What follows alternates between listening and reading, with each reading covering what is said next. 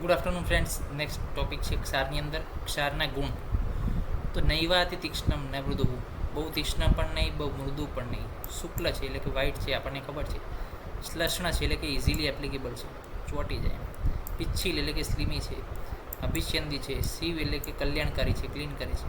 શીઘ્ર ઝડપી છે. ક્ષાર જે છે આ 8 ગુણો ધરાવે છે.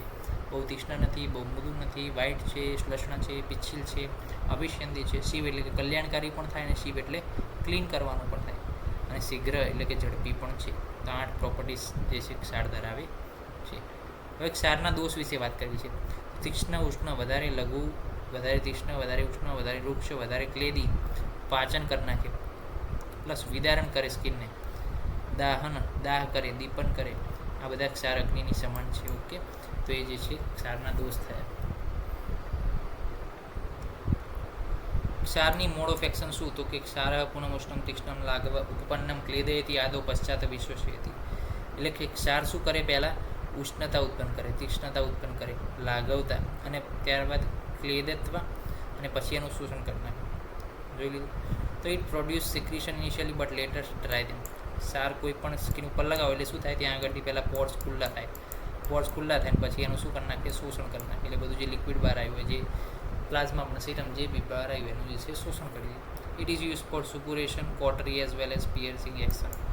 It is use in excess, it cause disease of hair, eye અને હાર્ટ. એટલે કે વધારે પડતો ઉપયોગ કરીએ તો વાળ, આંખ અને હૃદયને નુકસાન થઈ શકે છે.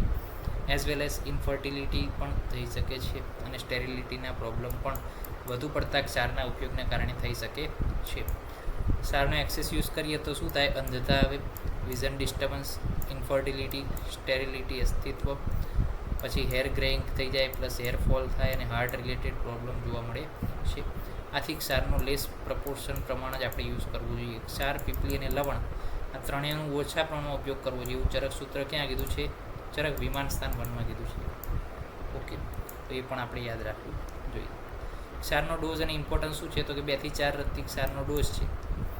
અને શસ્ત્ર અણુશસ્ત્રમાં શું છે? ક્ષાર પ્રધાન છે. શસ્ત્ર અને અણુશસ્ત્રમાં ક્ષાર પ્રધાન છે. કેમ? કારણ કે છેદન, ભેદન, લેખન પ્લસ ત્રિદોષજ્ઞ આ બધી વિશેષ ક્રિયા કરે છે, એટલા માટે ક્ષાર ઇઝ ધ બેસ્ટ અમંગ ધ શસ્ત્ર, અણુશસ્ત્ર. અને કટિંગ, પિયર્સિંગ, સ્ક્રેપિંગ બધું કરે. છેદન, ભેદન, લેખન અને ત્રિદોષજ્ઞ પણ છે. એટલા માટે એને શું કીધું છે? બેસ્ટ કીધું છે, શસ્ત્ર, અણુશસ્ત્ર. તો આપણે આજે વાત કરી ક્ષાર વિશે. ક્ષારની અંદર શું ગુણો, એના દોષો, એના એક્સેસિવ ડોઝ જતો રહે શું થાય, એની મોડ ઓફ એક્શન કઈ રીતે છે, પ્લસ આપણે વાત કરી એના ડોઝ. અને શસ્ત્રોની અંદર બેસ્ટ કેમ કીધું? કારણ કે 3 એક્શન કરે: છેદન, ભેદન, લેખન અને ત્રિદોષજ્ઞ.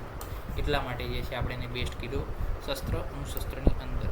ઓકે, તો નેક્સ્ટ લેક્ચરની અંદર મળીશું ક્ષાર સૂત્રની વિગત લઈને. ત્યાં સુધી રજા આપશો. જય હિન્દ, જય ભારત, જય આયુર્વેદ, જય ધન્વંતરી.